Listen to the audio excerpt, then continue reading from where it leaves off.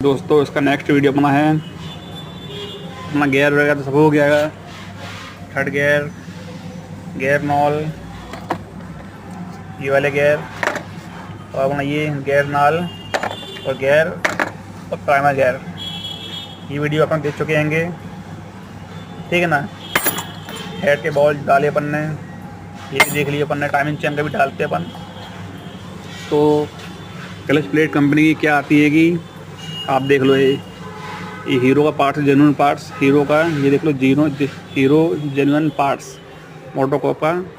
इसकी MRP है 392 रुपये, पर प्राइस 98 रुपये, 98 पर प्राइस।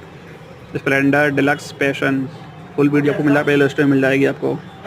इसका फुल वीडियो आपको प्ले लिस्ट में मिल जाएगी। पैशन का फिट कैसे करते हैं, खोलते कैसे हैं, ठीक है दोस्तों।